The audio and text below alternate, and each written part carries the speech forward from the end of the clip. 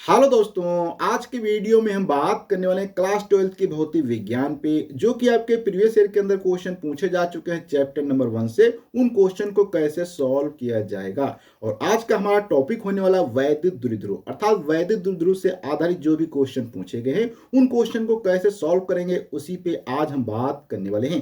तो वीडियो को स्टार्ट करने से पहले आपसे लोगों से रिक्वेस्ट है, अगर अभी तक आपने हमारे चैनल को सब्सक्राइब नहीं किया तो प्लीज सब्सक्राइब करें, साथ बेल आइकन को प्रेस करें, क्योंकि यहाँ पे आपको ऐसे ही रेगुलर वीडियो मिलते रहेंगे। और इसके पहले मैंने ऑलरेडी कुछ और भी वीडियो बना दिए मैथ और साइंस पे, उन वीडियो की प्लेलिस्ट लिंक आपको नीचे डिस्क्रिप्शन बॉक्स में मिल जाएगी। तो बिना देर किए करते आज का वीडियो स्टार्ट। तो यहाँ पे सबसे पहले देखते हैं कि किस टाइप का क्वेश्चन पूछा जाता है आपके एग्जाम के अंदर। तो जैसे कि यहाँ पे आप एक क्वेश्चन देख सकते हैं जिसमें पूछा गया है कि कोई एक समान वैद्युत क्षेत्र है, अगर उसके अंदर कोई भी वैद्युत द्विध्रुव पर लगने वाले बल आघूर्ण का यहाँ पे आपको व्यंजक प्राप्त करना होगा। इसके आधार पर वैद्युत द्विध्रुव की आपको डेफिनेशंस भी लिखनी होगी, और ये क्वेश्चन 17, 22 और 24 के अंदर पूछा जा चुका है।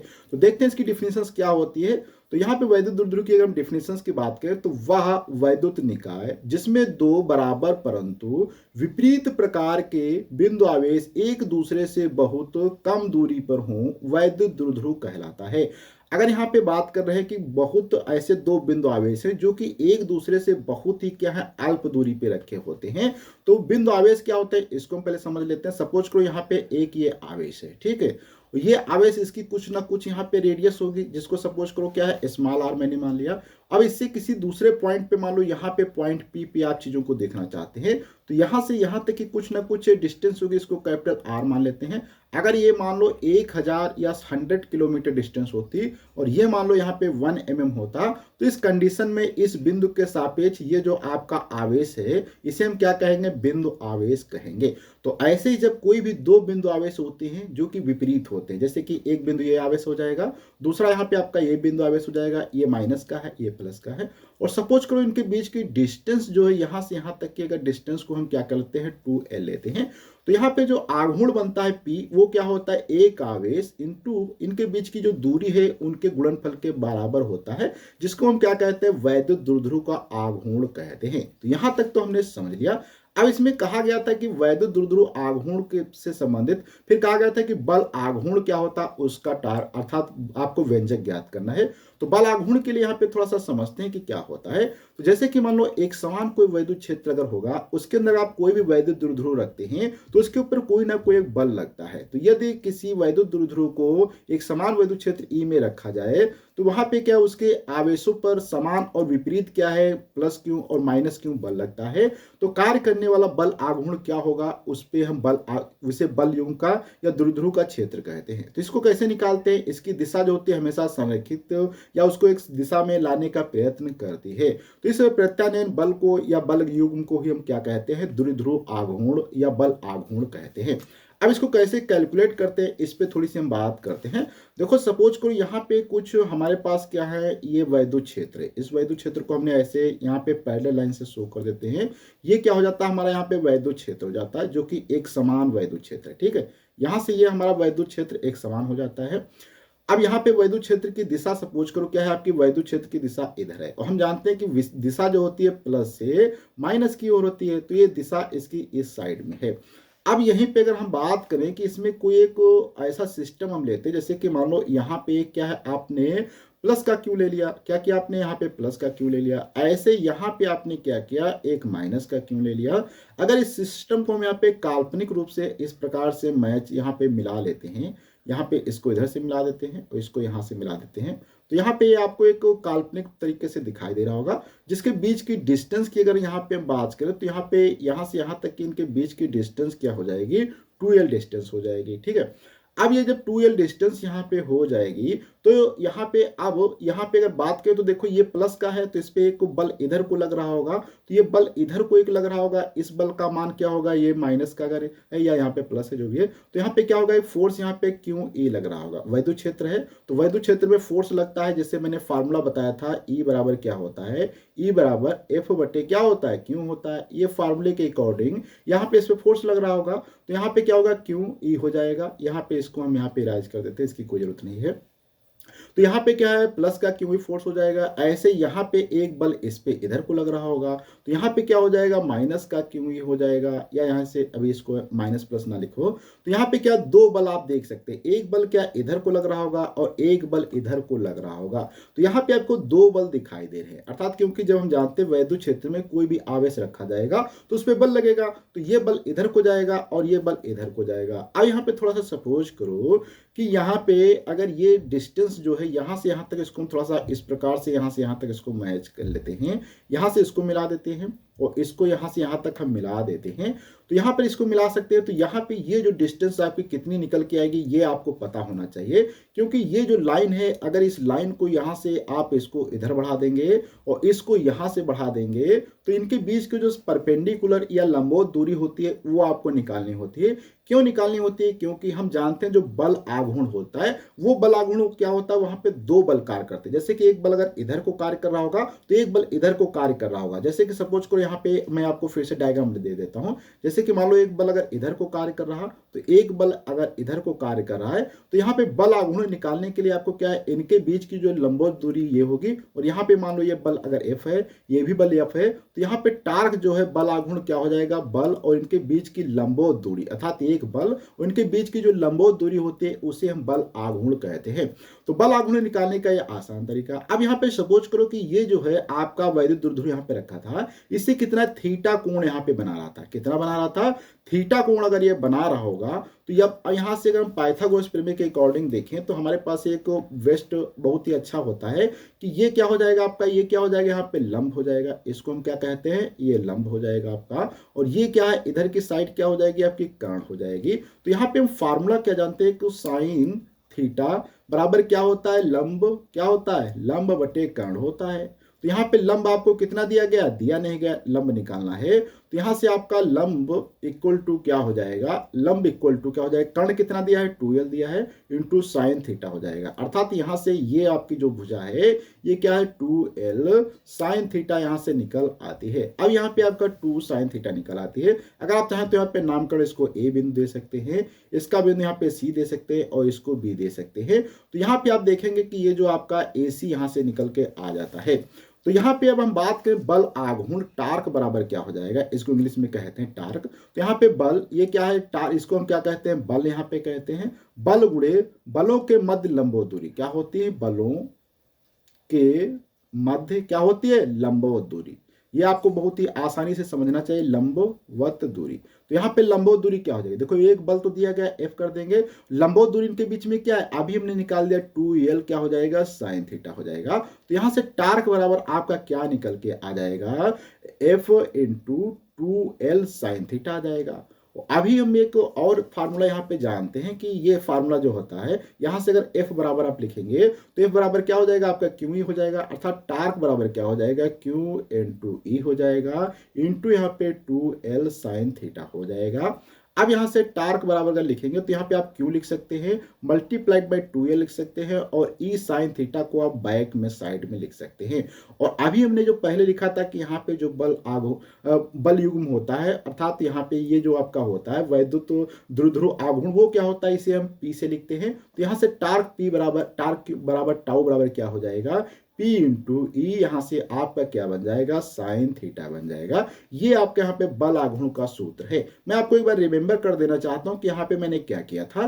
देखो यहाँ पे मैंने क्या है, सबसे पहले दो आवेश माने, एक यहाँ पे माइनस क्यू प्लस क्यू, तो इस पे बल एक लग रहा, इधर को लग रहा होगा, एक इधर को लग रहा होगा। इसके बाद फिर क्या है, यहाँ पे बल लग रहा है और यहाँ पे तो ये दो बल युग्म बन गए, एक तो ये बल इधर को बन गया, एक इधर। अब इनके बीच की लंबवत दूरी निकालने के लिए मैंने साइन थीटा वाला लंब बटे कर्ण लिख दिया, तो लंब बराबर 2l साइन थीटा हो जाएगा। तो यहाँ से लंब आपका अर्थात तो ये लंबवत दूरी आ जाएगी, और बल बराबर क्या होता है, टार्क बराबर बल गुणे दोनों बलों के बीच की लंबवत दूरी। यहाँ पे लिखने के बाद ये चीज प्राप्त हो जाती है। अब इसी में थोड़ा सा हम आगे और बात कर लेते हैं कि मैक्सिमम बल किस समय लगता है, ये भी आपको पता होना काफी इंपॉर्टेंट है। तो देखो वैद्युत द्विध्रुव का जो यहाँ पे बल हमने लगाया है, ये टार्क बराबर अभी हमने लिखा क्या है, टार्क टाउ बराबर क्या आता है, PE, यहाँ पे क्या निकल के आया था, साइन थीटा निकल के आया था। ये समीकरण सपोज करते हो अभी 1 है, और यहाँ पे हम जानते हैं कि जो थीटा का मान होता है वो मैक्सिमम कितना हो सकता है, 90 डिग्री हो सकता है। तो मैक्सिमम ये हो जाएगा, तो यहाँ पे टाउ मैक्स अगर लिखा जाए तो टाउ मैक्स बराबर क्या हो जाएगा, पी ई हो जाएगा। तो यहाँ पे टाउ मैक्स बराबर क्या है, पी ई आ जाएगा। तो यहाँ से अगर पी की बात किया जाए तो मैक्सिमम क्या हो जाएगा, टाउ मैक्स अर्थात टार्क मैक्स बटे क्या हो जाएगा, ई हो जाएगा। तो यहां से ये हो जाता है, अगर वैद्युत क्षेत्र की तीव्रता मान लो 1 हो, क्या है, अगर ई क्या है 1 हो, क्या हो 1 न्यूटन पर मीटर अर्थात न्यूटन पर कूलम अगर 1 हो, तो यहां से पी जो है आपका टाउ मैक्स के इक्वल हो जाएगा। अब यहां से थोड़ी सी जो लास्ट में पूछा था कि इसकी डेफिनेशन आपको लिखना है बल आघूर्ण की जो है इस पे, तो इसमें क्या हो जाएगा कि किसी वैद्युत द्रुध्रुव आघूर्ण का वैद्युत द्रुध्रुव आघूर्ण उस बल युग्म के बराबर है जो कि द्रुध्रुव को 1 न्यूटन कूलम के एक समान वैद्युत क्षेत्र में रखने पर क्षेत्र की दिशा में लंबवत रखने पर द्रुध्रुव पर कार्य करता है। अर्थात यहाँ पे जब द्रुध्रुव को लंबवत रखा जाएगा वैद्युत क्षेत्र में तो सबसे ज्यादा इसके ऊपर क्या टार्क लगेगा अर्थात सबसे ज्यादा बल लगेगा। तो उस कंडीशन में अगर वहां पे वैद्युत क्षेत्र 1 न्यूटन पर कूलम हो तो वहां पे आपका बल आघूर्ण जो है यहाँ पे क्या है 1 आ जाएगा। तो इस प्रकार से हमारा फर्स्ट क्वेश्चन कंप्लीट हो जाता है। अब यहाँ पे अगले क्वेश्चन पे बात करते हैं जो कि दिया गया है कि वैद्युत क्षेत्र में वैद्युत द्रुध्रुव को घुमाने में किए गए कार्य का सूत्र आपको स्थापित करना होगा। बहुत ही अच्छा क्वेश्चन है कि मान लो आपने वैद्युत द्रुध्रुव को किसी वैद्युत क्षेत्र में रख दिया, अगर आप उसको रोटेट करते हैं तो वहां पे कितना कार्य किया जाएगा, उसके लिए आपको एक फार्मूला यहाँ पे लिखना है। तो कैसे फार्मूला लिखते हैं, देखो माना कि यहाँ पे एक वैद्युत द्रुध्रुव जिसका द्रुध्रुव आघूर्ण क्या है, पी है, एक समान वैद्युत क्षेत्र ई में थीटा कोणीय स्थिति पर स्थित है, तब वैद्युत द्रुध्रुव पर कार्यरत बल आघूर्ण का सूत्र क्या हो जाएगा। तो यहाँ पे वो आपका आघूर्ण के सूत्र की अगर बात करें तो क्या हो जाएगा, टाउ बराबर पी ई साइन थीटा हो जाएगा, जो कि मैंने अभी आपको पहले वीडियो में कैलकुलेट करके या इसके पहले के क्वेश्चन में कैलकुलेट करके सिखा दिया था। अब यहाँ पे थोड़ा सा आगे बढ़ते हैं, तो यह बल आघूर्ण द्रुध्रुव को वैद्युत क्षेत्र के अनुदिश संरेखित करने का प्रयास करता है। इसके विरुद्ध यदि द्रुध्रुव को अन्य कोणीय स्थिति तक घुमाना है तो बाह्य कार्य करना पड़ेगा। अर्थात ये तो पहले बल लग रहा था तो इसके कारण वो घूम रहा था, लेकिन आप क्या करते हैं, अगर इसके विरुद्ध यदि द्रुध्रुव को अन्य कोणीय स्थिति में घुमाना है तो आपको क्या है, इसके ऊपर बाह्य कार्य करना पड़ेगा। तो यहाँ पे मान लो थीटा स्थिति में था तो द्रुध्रुव को अल्प कोणीय अर्थात सपोज को यहाँ पे बहुत ही कम एंगल पे था, अगर उसको आप थोड़ा सा ज्यादा घुमा देते थीटा से दी थीटा तो वहां पे कितना कार्य होगा। इसके लिए सबसे पहले तो आपको यहाँ पे डायग्राम ड्रा करना होगा। तो यहाँ पे सपोज करो कि मैं यहाँ पे ये आपका क्या है वैद्युत क्षेत्र यहाँ पे है, ये आपका मैं यहाँ पे वैद्युत क्षेत्र इस प्रकार से ड्रा कर देता हूँ, तो ये वैद्युत क्षेत्र हो गया। अब यहाँ पे वैद्युत द्रुध्रुव जो है हम इसको वैद्युत द्रुध्रुव को यहाँ पे बना लेते हैं। तो ये हमारा यहाँ पे सपोज करो ये हमारा क्या हो जाता है, वैद्युत द्रुध्रुव हो गया। अब यहाँ पे वैद्युत द्रुध्रुव ये है तो इस पे क्या होगा, इधर अगर प्लस का यहाँ पे आवेश होगा तो इधर क्या होगा, यहाँ पे माइनस का होगा। और वैद्युत क्षेत्र की तीव्रता की बात किया जाए तो इसकी तीव्रता की दिशा ये है, और ये स्टार्टिंग में यहाँ पे मैं अगर रेड कलर से एक लाइन ले लेता हूँ तो यहाँ पे आप देखेंगे वैद्युत द्रुध्रुव जो यहाँ पे अभी मान लो थीटा कोण बना रहा था, लेकिन आप इसी को क्या करते हैं, थोड़ा सा रोटेट कर देते हैं। क्या कर देते हैं, रोटेट कर देते हैं। तो रोटेट करने के बाद सपोज करो आपने इसको न्यू पोजीशंस में यहाँ से इसको इधर पोजीशंस में यहाँ पे कर दिया, कोई भी पोजीशंस में आप कर सकते हैं। तो यहाँ पे आपने रोटेट कर दिया तो यहाँ पे एक कोण क्या दूसरा बन जाएगा। अभी सपोज करो ये प्लस क्यू है तो यहाँ पे माइनस क्यू, तो इस कोण से यहाँ पे अब ये सपोज करो ये थीटा 1 था तो ये थीटा 2 कोण पे आप इसको ले जाते हैं। तो यहाँ पे सपोज करो थीटा जो डी थीटा था कुछ आपने चेंजेस किया तो यहाँ पे डी थीटा आपको अगर लिखा जाए तो क्या हो जाएगा, थीटा 1 या थीटा 2 माइनस थीटा 1 हो जाएगा। ये आपने यहाँ पे चेंजेस किया है। तो अब देखते हैं इसको कैसे सॉल्व करेंगे। तो यहाँ पे आपने क्या है, इसमें कुछ चेंजेस किया है थीटा से डी थीटा। तो यहाँ पे कार्य जो होता है, कार्य क्या होता है आपका जो टार्क इनटू, यहाँ पे अगर कार्य की बात करें तो एक इंपॉर्टेंट फार्मूला होता है जो कि आप लोगों को याद होना चाहिए कि टार्क और कार्य के बीच में क्या संबंध होता है। तो टार्क बराबर क्या होता है, डी डब्ल्यू बटे डी थीटा। ये फार्मूला आपको पता होना चाहिए कि कार्य जो अर्थात तो टार्क जो होता है वो आपको बताता है कि बल में rate of change of work with respect to angle is called the torque. अर्थात तो जो हमारा यहाँ पे बल आघूर्ण होता है वो रेट ऑफ चेंज होता है आपके वर्क की अर्थात कार्य की विद रिस्पेक्ट टू एंगल, अर्थात तो कितना आप कार्य करते हैं किसी एंगल को चेंज करने में, उसे हम क्या कहते हैं, बल आघूर्ण कहते हैं। ये हमारा फार्मूला होता है। तो यही से हमें निकालना है क्या, डी डब्ल्यू निकालना अर्थात वर्क निकालना है। तो यहां से आपका क्या हो जाएगा, डी डब्ल्यू बराबर क्या हो जाएगा, टाउ इंटू डी थीटा हो जाएगा। अब यहाँ पे थोड़ा सा आपको इंटीग्रेशन का कॉन्सेप्ट यूज करना पड़ेगा, क्योंकि यहाँ पे आप देख रहे कहाँ से θ1 से आप कहाँ पे ले जा रहे हैं, θ2 तक ले जाने हैं। तो इसको आप इंटीग्रेट करेंगे, क्या करेंगे, इसको इंटीग्रेट करेंगे तो dw इज इक्वल टू क्या हो जाएगा, इंटीग्रेशन ऑफ θ1 से आप कहाँ पे जाने वाले हैं, θ2 इंटू टाउ डी थीटा, ये हो जाएगा आपका।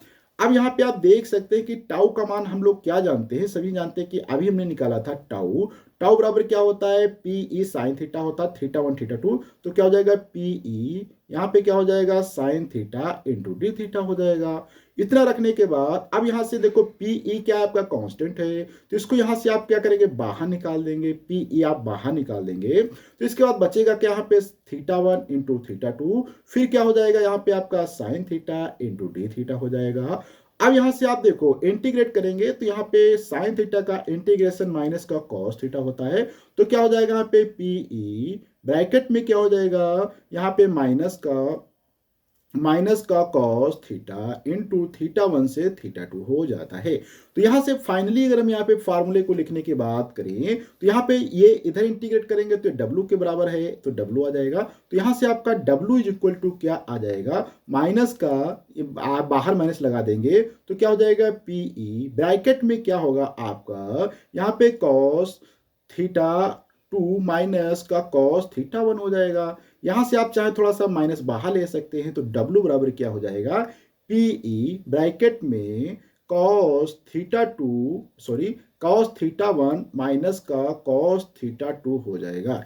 ये यहां से आपका वर्क निकल के आ जाता है, जो कि यहाँ पे एक वैद्युत द्विध्रुव को किसी वैद्युत क्षेत्र के अंदर घुमाने में कार्य किया जाता है। तो ये बहुत ही अच्छा क्वेश्चन था। अब इसी में थोड़ा सा बात करते हैं, कुछ विशेष कंडीशंस हो सकती हैं जिसके अकॉर्डिंग यहाँ पे अलग अलग वर्क आपको देखने को मिलेगा। जैसे कि तो यहाँ पे विशेष स्थिति क्या हो सकती है, जैसे कि सबसे पहला कंडीशंस आपका ये हो सकता है कि हमारा कि जो वैद्युत द्विध्रुव अगर उसको स्थायी अवस्था में θ1 से अगर किसी कोण स्थित θ2 तक घुमाया जाए, अर्थात पहले मान लो कोई भी एंगल नहीं बना रहा था, सपोज करो इस प्रकार से आपका वैद्युत द्विध्रुव रखा था, अगर ये वैद्युत क्षेत्र है, इसी में यहाँ पे आपका वैद्युत द्विध्रुव भी इसी प्रकार से रखा है, तो इस प्रकार से क्या यहाँ पे अभी क्या होगा आपका थीटा क्या होगा 1 क्या होगा आपका यहाँ पे 0 हो जाएगा। अब इस कंडीशन से सपोज करो आप इसको घुमा के किसी दूसरी कंडीशन में यहां तक ले आते हैं, तो ये आपके सपोज करो क्या θ2 पे एंगल बनाता है, जो कि कुछ ना कुछ यहाँ पे होगा। तो इस कंडीशन में आपका W बराबर क्या हो जाएगा, यहाँ पे हम जानते हैं पीई